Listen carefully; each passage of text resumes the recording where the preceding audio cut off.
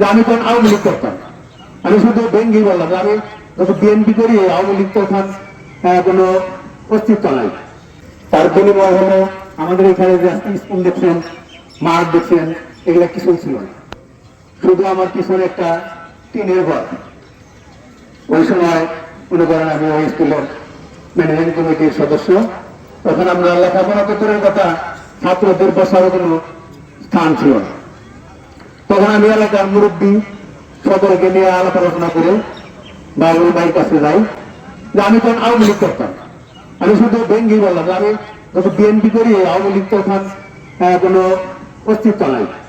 BNP হতে যাই, আমি বাবুল ভাইয়ের কাছে যাই, তাহলে স্কুলটাও করতে পারবো এবং এলাকার উন্নয়ন করতে পারবো। তখন এই রাস্তাঘাট কিছুই ছিল না।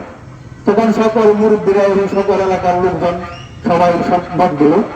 তখন আমি এই স্কুলের জন্য আমি বিএনপিতে যোগদান করি এবং আমার সাথে আরো অনেকে যোগদান করছে।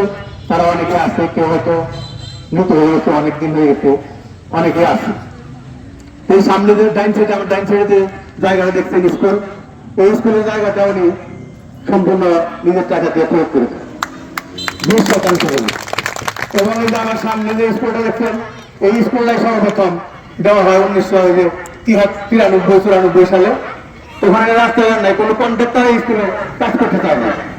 তার কারণ আমাদের লোকসান যায়। আমার বাবা বললো যে ভাই আপনি করেন, আপনি নিজেই কাজ করেন। দেখেন আমি ছোট মানুষ কাজ করবো, যে আমার ক্ষতি হয় তাহলে তো আমি করাইতে পারবো না, আমার সরকারি কাজ।